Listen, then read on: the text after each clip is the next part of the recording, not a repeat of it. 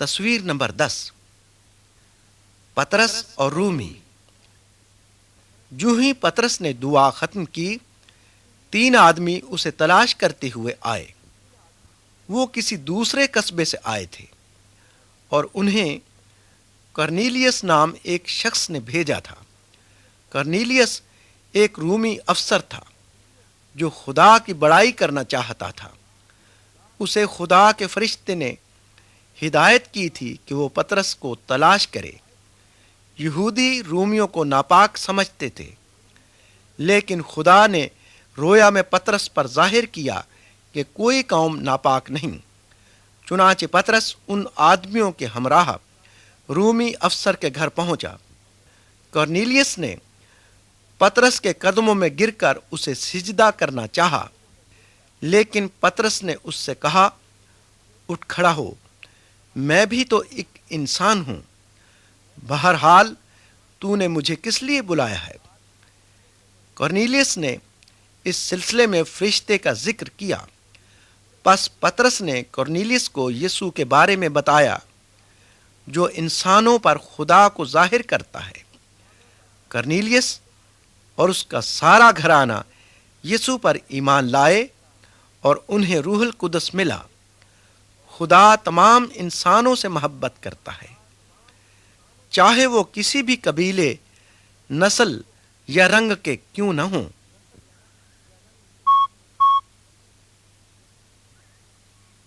تصویر نمبر 11۔ پطرس قید خانے میں۔ ہیرودیس بادشاہ نے یروشلم کی کلیسیا کو ستانا شروع کر دیا۔ اس نے یعقوب نام ایک رسول کو قتل کروایا اور پطرس کو قید خانے میں ڈال دیا۔ ایک رات پطرس گہری نیند سو رہا تھا۔ وہ پہرے داروں کے درمیان زنجیروں سے جکڑا ہوا پڑا تھا۔ اچانک خدا کا فرشتہ ظاہر ہوا اور قید خانے میں ایک نور چمکا۔ فرشتے نے پطرس کو جگایا اور کہا، اٹھ اور میرے ساتھ چل۔ اسی لمحے پطرس کے ہاتھوں سے زنجیریں ٹوٹ کر گر پڑیں۔ وہ قید خانے میں سے فرشتے کے پیچھے پیچھے چل پڑا۔ قید خانے کا دروازہ خود بخود کھل گیا اور کسی نے انہیں نہ روکا۔ پھر فرشتہ غائب ہو گیا۔ تصویر نمبر 12۔ پطرس اور اس کے دوست۔ جب پطرس قید خانے میں تھا تو بہت سے دوست جمع ہو کر اس کے لیے دعا کر رہے تھے۔ پطرس قید خانے سے نکل کر سیدھا اس گھر میں آیا جہاں وہ سب موجود تھے۔ اس نے دروازہ کھٹکھٹایا تو ایک لونڈی دروازے پر آئی، لیکن وہ پطرس کی آواز سن کر باقیوں کو بتانے کے لیے دوڑی۔ باہر پطرس کھڑا ہے۔ انہوں نے اس سے کہا، تو دیوانی ہو گئی ہے۔ پطرس دروازہ کھٹکھٹاتا رہا۔ پس انہوں نے دروازہ کھولا۔ وہ اسے دیکھ کر حیران رہ گئے۔ پطرس نے انہیں بتایا کہ کس طرح خدا نے اپنا فرشتہ بھیج کر اسے ہیرودیس کی قید سے چھڑایا۔ خدا اپنی کلیسیا کی دعائیں سنتا ہے۔ یسوع نے کہا، جہاں 2 یا 3 میرے نام میں اکٹھے ہوں گے، میں ان کے درمیان حاضر ہوں گا۔ جس طرح سے خدا کا پاک روح ابتدائی کلیسیا کے ساتھ تھا، اسی طرح اب بھی وہ ان سب کے ساتھ ہے جو یسوع کی پیروی کرتے ہیں۔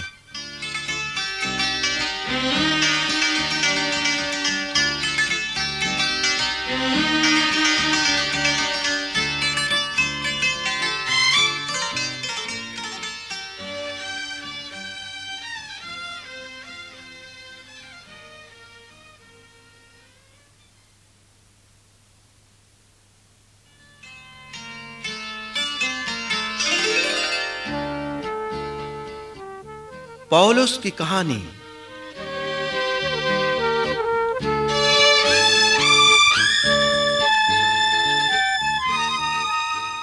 عزیزو، ساری دنیا کیسے جان سکتی ہے کہ یسوع انہیں گناہ اور موت سے نجات دینے کے لیے آیا؟ پولس کی کہانی سے واضح ہوتا ہے کہ یہ کس طرح سے ممکن ہے۔ اگلی تصویر دیکھنے کے لیے اس آواز کا انتظار کیجیے۔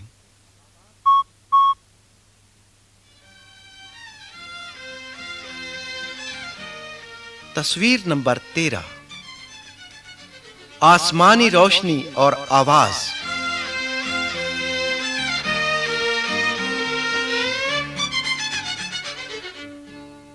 پولس ایک یہودی سردار تھا جو یسوع کی کلیسیا کو ستاتا تھا۔ جب استفنس کو سنسار کیا جا رہا تھا تو وہ پاس کھڑا تھا۔ اس نے بہت سے ایمانداروں کو ہلاک کر دینے کی دھمکی دی۔ ایک دن وہ دمشق کو جا رہا تھا۔ وہ وہاں پر ایمانداروں کو دکھ دینا چاہتا تھا۔ جب وہ سفر کر رہا تھا، اچانک ایک حیرت انگیز واقعہ رونما ہوا۔ آسمان سے ایک نور چمکا اور پولس زمین پر گر گیا۔ آسمان سے ایک آواز آئی، پولس پولس، تو مجھے کیوں ستاتا ہے؟ پولس نے پوچھا، اے خداوند تو کون ہے؟ آواز آئی، میں یسوع ہوں جسے تو ستاتا ہے۔ پولس کے ساتھی آواز تو سنتے تھے مگر انہوں نے کسی کو دیکھا نہیں۔ پولس اٹھا تو اسے کچھ دکھائی نہیں دیتا تھا۔ اس کے ساتھی اس کا ہاتھ پکڑ کر اسے شہر دمشق کے اندر لے گئے۔